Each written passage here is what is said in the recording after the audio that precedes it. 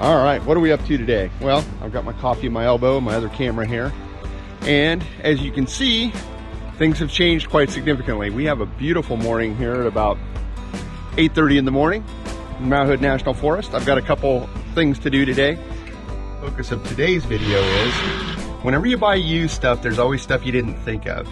Well, so this has these Casitas have great windows. They're big, they let a lot of light in. However, if I can open this one up, as you can see, there's no bug screen in this.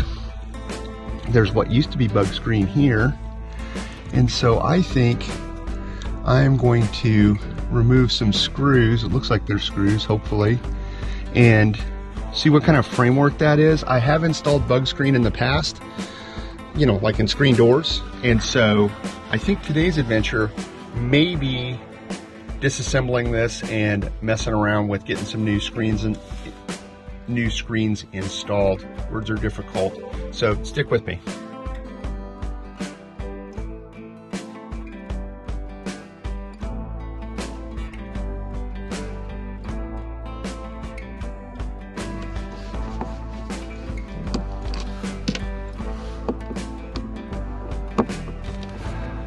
Alrighty. So it looks like I've got this frame removed right here, which looks like kind of a retention for the larger window. And as you may be able to see here, we've got this little rubber dealie that holds the screen in. So this is very screen door reminiscent. I was hoping that it was put into this frame, but it's not. So I'm gonna have to install potentially screen in the track here, but I don't know if you put screen all the way across, which doesn't seem very good. Get a flashlight out here and look at this. So it looks like it just went down here, which makes way more sense. Oh, and then there was a vertical right there. So I need to go to the hardware store and see if they have some of this. Let's see if we can cut a little section out here. Sorry, I had my flashlight in my mouth. So what I'm going to be doing is looking for some of that, and screen is kind of screen. So hopefully I can find some of this and the appropriate wheel tool thing to kind of shove it in there. So what you do, again, having done this before with limited success, but still nonetheless have done it, is you put the screen up. You don't worry about cutting it initially. What you do is, in my experience, you take a larger piece and you kind of get this little felt or rubber tube to push that into the seam and kind of work it in. And then once that's in, then you just go on the outside and kind of cut it with a razor knife. And it turns out, hopefully, fairly well. I would anticipate that my odds of success at this, well, not limited. Don't be surprised if there's kind of some bunching or wrinkling in there, unfortunately, because that's kind of been my experience in the past. But I think if I worked it from the top down, and I don't have any of this material, I'm gonna have to run into Sandy to get it.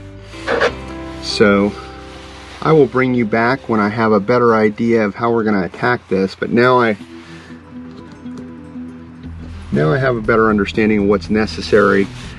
Again, when you buy used stuff, this is not something that I noticed on my initial inspection, and I'm not sure the guy that sold me the trailer even realized it was missing either. He hadn't used it a ton. So I don't think he cut it out. I think it's probably the prior owner. Again, this is a 25-year-old trailer.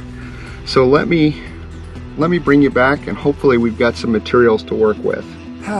So I focused on the license plate right outside your view, so hopefully this works. Nothing today has worked. We started out today by working on the Casita. That failed miserably. I went in to change, or actually replace the bug screen on the windows, which is missing. Welcome to owning a second-hand anything, or third or fourth hand in my case. The bug screen is held in by this little tiny rubber piece that kind of compresses in there with this wheelie thing.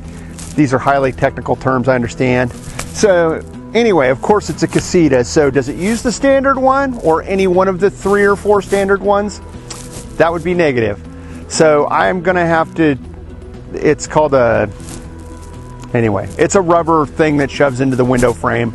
It's 0.090 inches if you're interested, not the 0.125, not the 0.140, 1.7 or 0.175. None of those will get it done.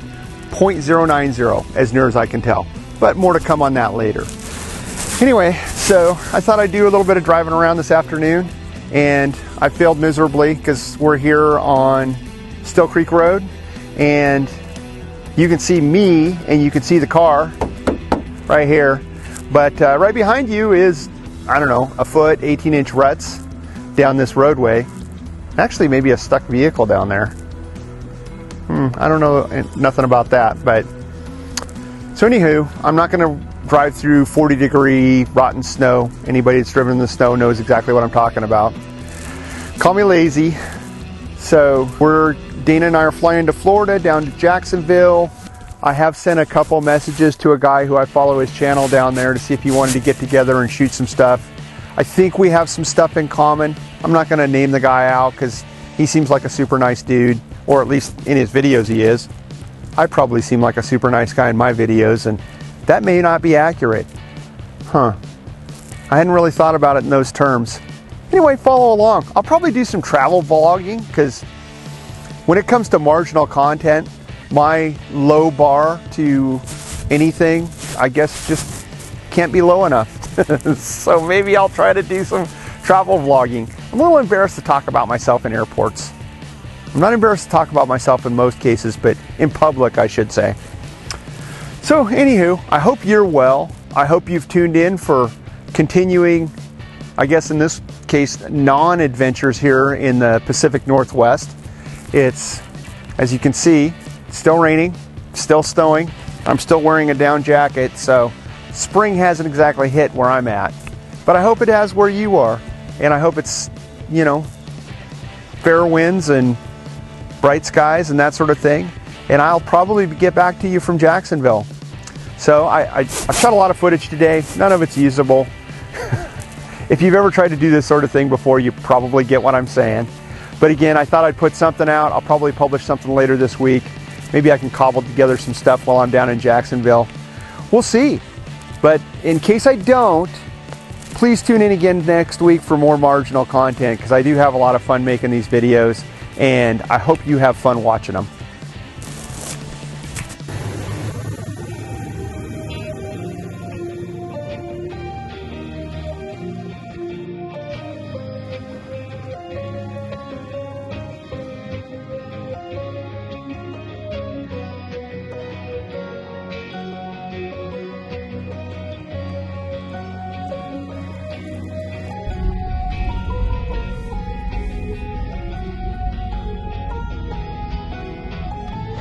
So why exactly is this bridge of my childhood, why is it closed, might you ask? Cutting off access to Highway 26. See, road closed. Been that way for, I don't know, 15 years or so. Well, it's made of wood, and apparently they haven't figured out that wood's pretty good stuff in general. So, I don't know. But this is my environment for today.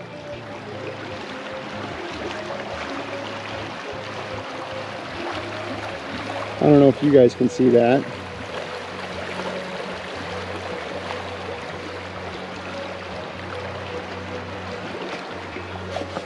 Yes, this is crystal clear Mount Hood runoff. And that, what we're looking at is Still Creek. Again, not very deep. Honestly, you could probably ford that if you needed to, other than accessing it. I guess you could ford down here, and then good luck on the other side. I wouldn't recommend driving down it.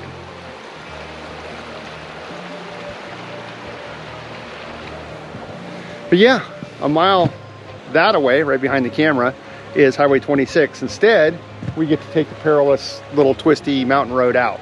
So whatever, I don't mind. But I do wish that this access point was still open. It kind of irritates me. Forest Service does random stuff like this. I'm sure it has something to do with the budget or that sort of thing, but still irritating if you're a local dude.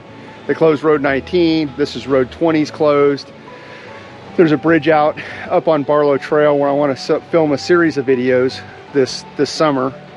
And so you can, like the Oregon Trail, if you're not from around here, it's called the Oregon Trail.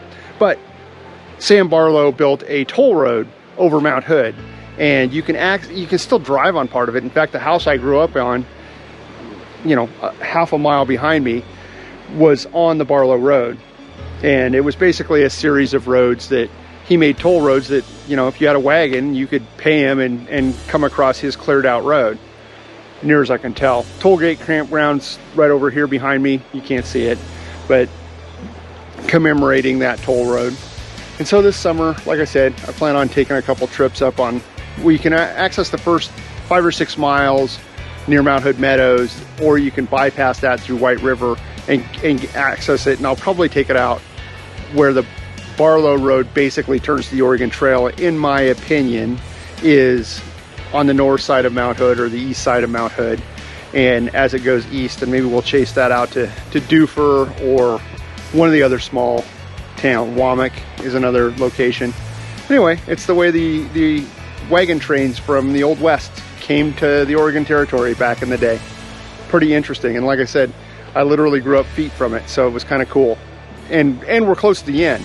The end of the Oregon Trail Museum in Oregon City is 37 miles away. I know that because I have to drive there every day. So I hope this little tidbit is edifying. And again, stick with me for more marginal content. We'll see what we can come up with.